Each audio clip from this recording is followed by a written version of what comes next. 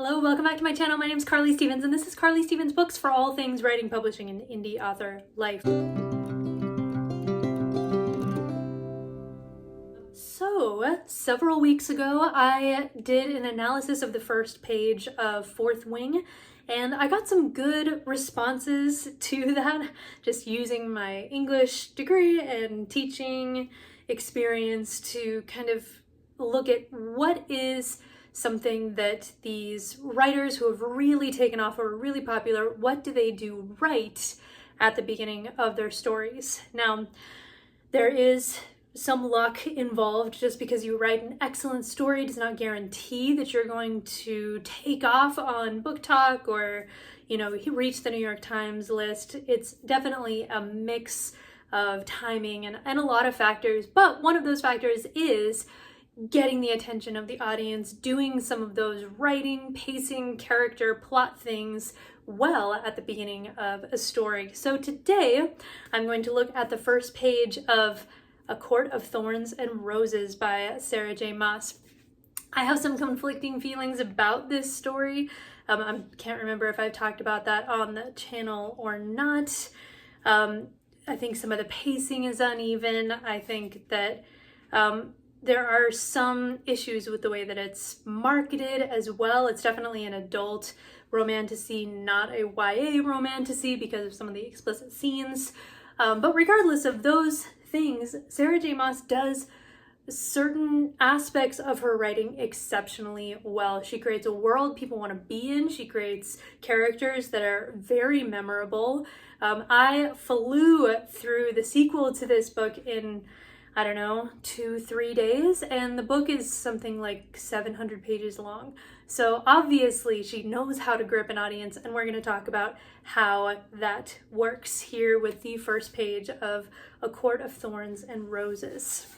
The forest had become a labyrinth of snow and ice. I'd been monitoring the parameters of the thicket for an hour, and my vantage point in the crook of the tree branch had turned useless. The gusting wind blew thick flurries to sweep away my tracks, but buried along with them any signs of potential quarry. Okay, so here we have the scene set. We have an incredibly vivid setting. It's wintertime. There's some imagery here with the flurries of snow going across. It's reminiscent of the beginning of Hunger Games when Katniss is hunting for her family as well. So I think this story kind of benefits from the comparison here because we do have somebody who is clearly hunting. There's the potential quarry. But let's look at that first sentence. The first sentence of any story is incredibly important. It is the very first impression that your story makes.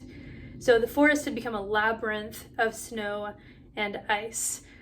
We have this forest setting, but it's the word labyrinth that I think is the most important. It gives us a sense of that fantasy element, or brings up some images of, no matter what comes to mind when you hear the word labyrinth, whether it's the Jim Henson movie, whether it's the kind of gardens, garden mazes in England, or if it is the labyrinth of myth with the Minotaur.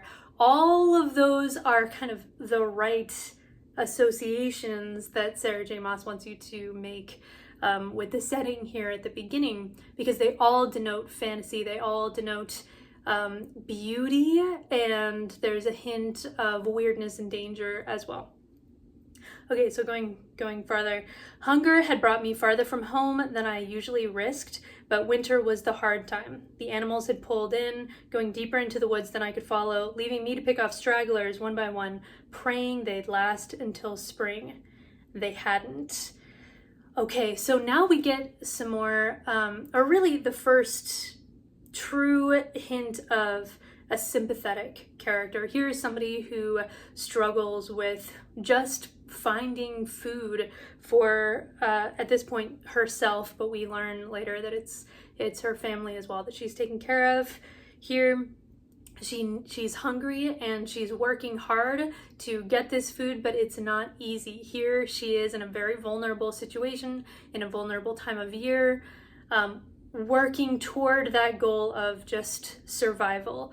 If you want a shorthand of how to make people attach themselves to a character, this is one way that's almost guaranteed to work. You have somebody who has a very recognizable and relatable goal, and they're working hard toward that, but they're not having a ton of success. Add to that this whole thing is so far in first person. You have that immediacy.